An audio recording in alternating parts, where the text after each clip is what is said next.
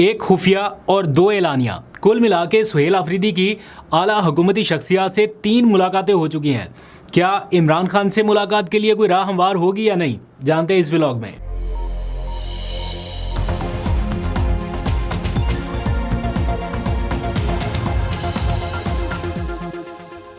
बिस्मिल्लाहिर्रहमानिर्रहीम, अस्सलाम वालेकुम। पाकिस्तान और दुनिया भर में देखने और सुनने वालों को अब्दुल कादिर का सलाम। पाकिस्तान में 10 जून की रात है। मुल्क की मजमूई सियासी सूरत एक तरफ, ये बजट के मामलात भी उसी तरफ, लेकिन पीटीआई वर्सेस पीटीआई का जो खेल चल रहा है वो दूसरी तरफ, वो बिल्कुल ही अलग है। यानी पीटीआई को इस टाइम किसी सियासी हरीफ की ज़रूरत नहीं है, आपस में ही दस्तो गिरेबां हैं। और अगर आप टेलीविज़न पे आजकल टॉक शोज़ देखें तो एक एक शो में पीटीआई के 2-2 लोग बिठाए हुए हैं। एक है जो पीटीआई के इस टाइम लोग रिप्रेजेंट कर रहे हैं हुकूमत को, और दूसरा नाराज़ ग्रुप, और किसी तीसरे चौथे पांचवें फ्रीक की ज़रूरत ही नहीं है जो इनको क्रिटिसाइज़ करे।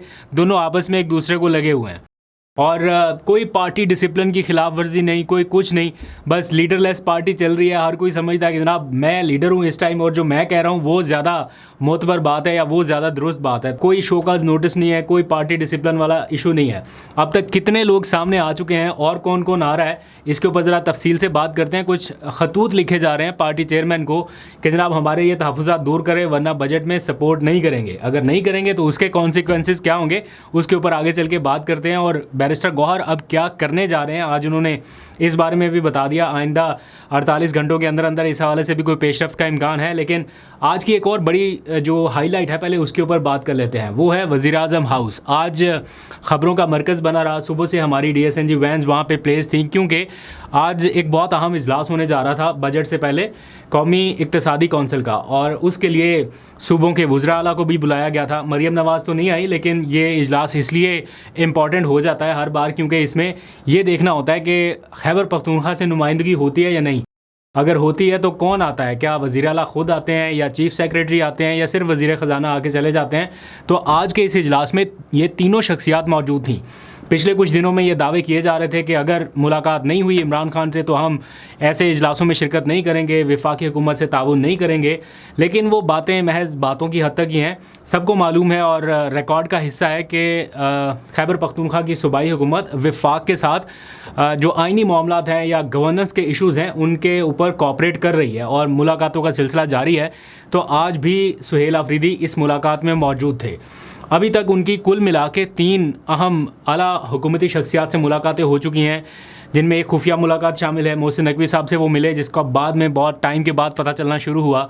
वो तो जब सोशल मीडिया के ऊपर आया तो फिर डिस्क्लोज़ होना शुरू हुआ। मोहसिन नकवी, उसके बाद फिर उनकी अभी परसों तरसों मुलाकात हुई एहसन इकबाल साहब से, और आज हो गई वज़ीर आज़म के साथ। यानी एहसन इकबाल साहब को अगर ज़रा साइड पे कर दें तो वज़ीर आज़म और वज़ीर दाखिला से इन 2 अहम शख्सियात से मुलाकातें, और उसके बावजूद भी अभी तक इमरान खान से राब्ते का या मुलाकात का कोई रोड मैप सामने नहीं आ सका। इससे ज़्यादा कोई बेहतरीन प्लेटफॉर्म या बेहतरीन अपॉर्चुनिटी नहीं हो सकती कि आप वज़ीर दाखिला से भी मिल रहे हैं और आप वज़ीर आज़म से भी मिल रहे हैं, और इसके बावजूद आप अडयाला के बाहर खाली सिर्फ एहतजाज के लिए जा पा रहे हैं और मुलाकात नहीं कर पा रहे। तो फिर ये सारा कॉपरेशन, ये सारा ताउन, इसके ऊपर फिर पार्टी के अपने लोग जो हैं वो सवाल उठा रहे हैं। इसीलिए आज एक बहुत लंबा चौड़ा ट्वीट सामने आया खुरम ज़ीशान साहब की जानिब से। उन्होंने, ये जो सेनेटर हैं पार्टी के, उन्होंने कुछ 4-5 सवालात सामने रखे हैं। उसके ऊपर आने से पहले MPs भी ये क्वेश्चन पूछ रहे हैं और उनके नाम अब सामने आना शुरू हो गए। मैं जल्दी से आपको बता दूं, आज इदरीस खटक साहब भी सामने आ गए, MPA हैं। फजल इलाही साहब गुज़िश्ता रोज़ सामने आए थे। मुश्ताक गनी जो साबिक स्पीकर हैं वो भी गुज़िश्ता रोज़ मंजर आम पे आए। फिर इसी तरह कासिम शाह साहब हैं, वो भी सामने आ चुके। लेकिन खुरम ज़ीशान और एक और ख़ातून सेनेटर हैं मिशाल यूसुफजई, ये भी in line with this policy हैं, वो जो नाराज़ ग्रुप कहा जा सकता है। पीटीआई वाले कहते हैं ये फॉरवर्ड ब्लॉक नहीं है, बस ऐसे ही इनके कुछ तहफ़्फ़ुज़ात हैं उनको दूर किया जाएगा। तो इन सब ने बैरिस्टर गौहर को अप्रोच किया, एक ख़त लिख के कहा कि हमारे ये तहफ़्फ़ुज़ात हैं, इनको दूर किया जाए वरना बजट में हम साथ नहीं देंगे। तो अब बजट तो पास करना है, उसके लिए बेशक सुहेल अफरीदी मौलाना फजलुर रहमान से मुलाकातें करें, लेकिन पार्टी के अपने MPs का साथ होना बड़ा ज़रूरी है, वरना बड़ा बैड इम्पैक्ट चला जाएगा। तो इसीलिए बैरिस्टर गौहर ने आज बड़ा टाइमली रिएक्ट किया और इन सब अरकान को श्योरिटी दिलाई है कि आपके तहफ़्फ़ुज़ात हम सुनेंगे, आपसे मुलाकात करेंगे, और इन सब को बुला के अब इनके तहफ़्फ़ुज़ात तहफ़्फ़ुज़ात सुनने का फ़ैसला किया गया है, और जो ये चाहते हैं कि कोई हलफ दिया जाए या कोई श्योरिटी दी जाए कि इमरान खान की रिहाई के लिए हम कुछ कर रहे हैं, उस बारे में इनको एतमाद में लिया जाएगा कि जो मेल मुलाकातें हो रही हैं, हुकूमती शख्सियात से राब्ते हो रहे हैं, उसके नतीजे में हो क्या रहा है, क्या मामला ज़ीरो पर ही है या किसी और मूवमेंट की तरफ बढ़ना पड़ेगा। तो ये सारी चीज़ें अब इनको क्लोज डोर मीटिंग में बता दी जाएंगी। मीनवाइल मैं देख रहा था आज ट्वीट खुर्रम ज़िशान का, वो अब पब्लिकली सवालात पूछना शुरू हो गए हैं। उनका एक बहुत सख्त स्टांस है कुछ लोगों के हवाले से। वो कहते हैं जनाब ड्रोन्स हुए, कितनी FIR दर्ज हुई, ऑपरेशन हो रहा है उसको रुकवाने के लिए क्या किया जा रहा है, फिर करप्शन हो रही है उसके हवाले से वो कह रहे हैं कि किसी को मालूम है कितनी करप्शन हो रही है और उसके हवाले से क्या किया जा रहा है। तो मेरा ख्याल है सुहेल अफरीदी इस हवाले से तो हक बजानब है कि उन्होंने शिकायत के लिए एक पूरा प्लेटफॉर्म ओपन कर दिया कि जनाब अगर किसी को करप्शन का कोई सबूत मिलता है या कोई बता रहा है कि करप्शन हो रही है तो वो यहाँ पर आए। खाली ट्वीट कर देने से या कह देने से ये तो आप अपने आप को डैमेज कर रहे हैं ना। अगर तो हो रही है, वाकई हो रही है, तो उसका कोई प्रूफ लेके, कोई एप्लीकेशन लेके उस पोर्टल पे चले जाइए, बताइए कि जनाब ये हो रहा है। और अगर फिर भी नहीं हो रहा तो फिर आप पब्लिकली ट्वीट्स कीजिए, लोगों को बताइए, अपनी पार्टी के लोगों को बताइए, ये फिर ठीक बनता है। तो वो करप्शन के मामलात को लेके फिर उनका ये भी एक तहफ़्फ़ुज़ात में से एक ये भी है कि एक ज़िले की ब्यूटिफिकेशन जो है वो उसके ऊपर काम हो रहा है बाकी सारे ज़िला को छोड़ के। तो वो ज़िला कौन सा है? मेरा ख्याल है शायद ये सुहेल अफरीदी साहब का ही अपना हल्का हो सकता है, और तो किसी और ज़िले में उस तरह से फ़ंड्स नहीं लग सकते जब तक वज़ीर आला ना चाहें। तो उनको शायद इसके ऊपर भी एतराज़ है।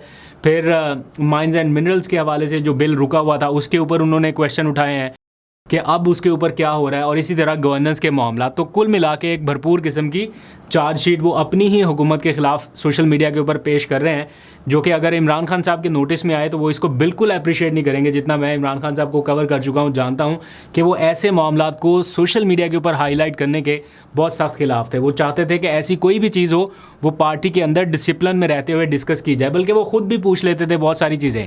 अब चूँकि वो है नहीं और किसी को वो ख़दशा नहीं है कि जनाब कोई ऐसी कोई कार्रवाई हो जाएगी हमारे ख़िलाफ़ कि डिसिप्लिनरी रिएक्शन हो जाएगा, अब तो लोग कहते हैं करें डिसिप्लिनरी एक्शन।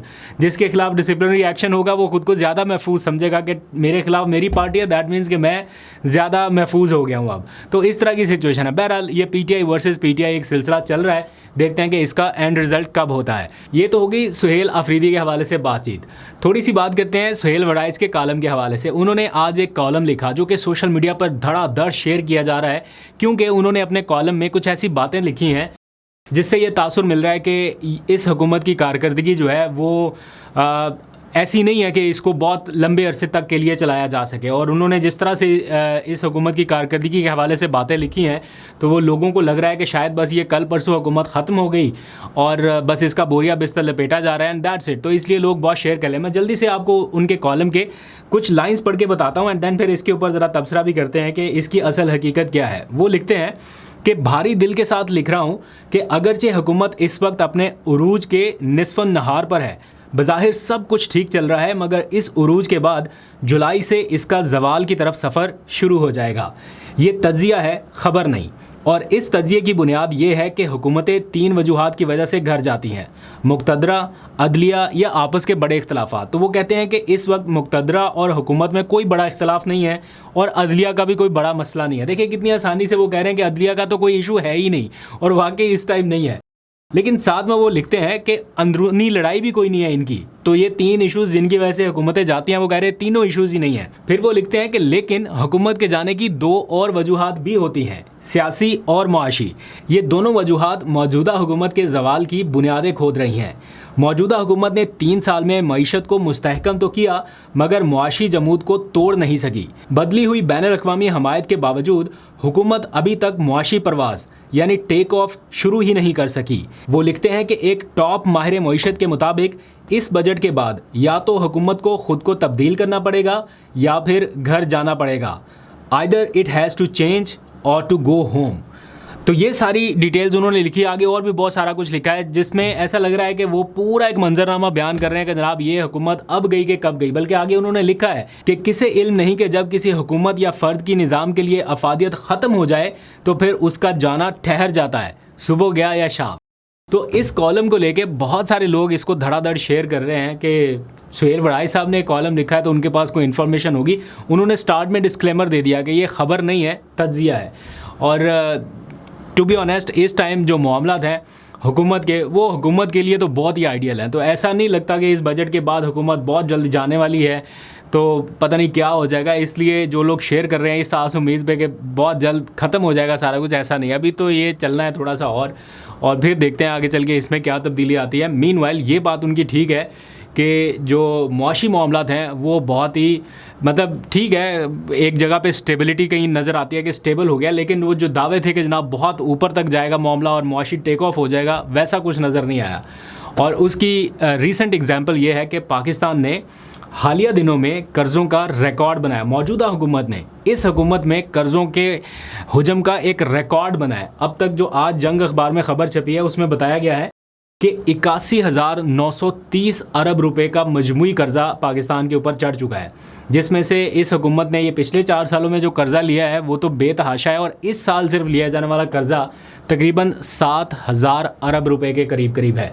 एग्जैक्ट फिगर बताऊं तो 6,994 अरब रुपए का कर्ज़ा इस साल लिया गया है, और अभी IMF के साथ हमारे मामलात चल रहे हैं, अभी और बहुत सारा कर्ज़ा लिया जाएगा। तो ये सारी सिचुएशन है इस टाइम। जो लोग समझते हैं कि मुआशी मामलात बहुत तेज़ रफ्तारी से आगे बढ़ेंगे तो वो शायद गलत फहमी का शिकार हैं, क्योंकि जब तक पाकिस्तान में सियासी इस्तेहकाम नहीं आएगा ये जमूद का सिलसिला नहीं टूटने वाला।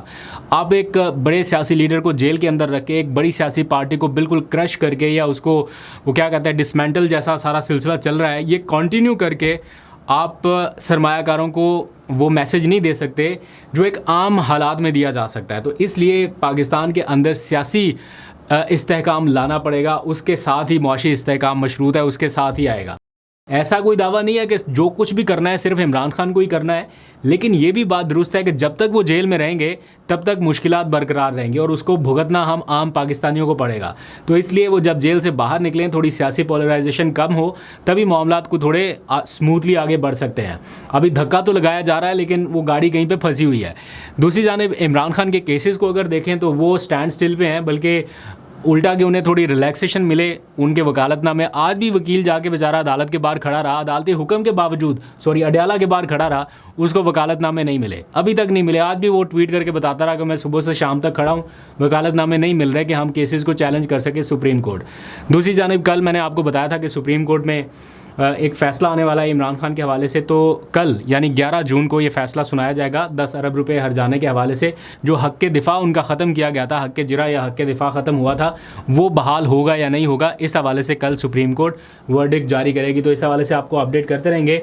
मीनवाइल अलीमा खान का जो 26 नवंबर के एहतजाज का केस है वो बिल्कुल कंक्लूजन के करीब पहुंचा हुआ है। बस एक आध समात और उसका भी कोई फ़ैसला आ सकता है, और शायद आने वाले दिनों में आपको ये ख़बर सुनने को मिले कि लोअर कोर्ट्स की जानिब से कोई उनके ख़िलाफ़ कोई डिसीजन जारी कर दिया गया। तो इसके ऊपर भी नज़र रखेंगे। दूसरी जानिब कश्मीर की सूरत हाल है, वो एक सेंसिटिव इशू है, और अभी तक वो मामला गवर्नमेंट को जिस तरह से हैंडल करना चाहिए था उस तरह से नहीं किया गया, और वहाँ पर टेंशन जो है वो बढ़ती जा रही है, जो कि किसी के हक़ में नहीं है। अगर जल्दी से उसको टैकल किया जाए, उनसे बातचीत की जाए, डायलॉग किया जाए, तो सिचुएशन थोड़ी काम हो सकती है। दूसरी जानिब आज एक अफसोसनाक वाक़या पेश आया मुजफ्फराबाद में ही। आर्मी एविएशन का एक हेलीकॉप्टर MI-17 मेरा ख्याल है, हाँ जी MI-17 ही था, वो गिरकर तबाह हो गया, और उसमें जितने भी लोग सवार थे वो सब के सब शहीद हो गए। अल्लाह ताला उनकी मग़फ़िरत करे। ये भी एक अफसोसनाक वाक़या पेश आया। तो कहीं पे भी कोई जानी नुकसान हो, चाहे वो किसी का भी हो, हम पाकिस्तानियों का अगर हो रहा है तो वो अफसोसनाक है। अल्लाह ताला हमें इस सिचुएशन से ज़रा बाहर ही रखे, और थोड़ा हार्मनी जैसा, थोड़ा हम आहंगी, थोड़ा प्यार मोहब्बत, ये मारने मराने वाला ये सिलसिला, ये नफ़रत है, ये थोड़ा सा कम होना चाहिए। बड़ी ख्वाहिश है मेरी कि थोड़ा नॉर्मलाइज तरीके से हम भी बाकी मुल्कों की तरह नॉर्मल लाइफ को जिएं, और वो इश्यूज़ जिनको हम रोज़ बैठ के डिस्कस कर रहे होते हैं, इसके अलावा और जो प्रोग्रेस से मुतालिक हैं, जो मूविंग फॉरवर्ड ब्राइट पाकिस्तान, उसके हवाले से बातचीत कर सकें। आप में से बहुत सारे लोग कभी कभी कमेंट करते हैं कि आपके वो वाले पुराने व्लॉग याद आते हैं जब हम अच्छी अच्छी खबरें सुनाया करते थे। तो अभी ढूंढते हैं कुछ अच्छी खबर मिल जाए तो आपको बताएं, लेकिन हालात ऐसे हैं कि वो मिलना थोड़ा सा मुश्किल है। तो hope for the best but be prepare for the worst. अभी तक के लिए इतना ही। अपना बहुत सा ख्याल रखिए। अल्लाह हाफिज़।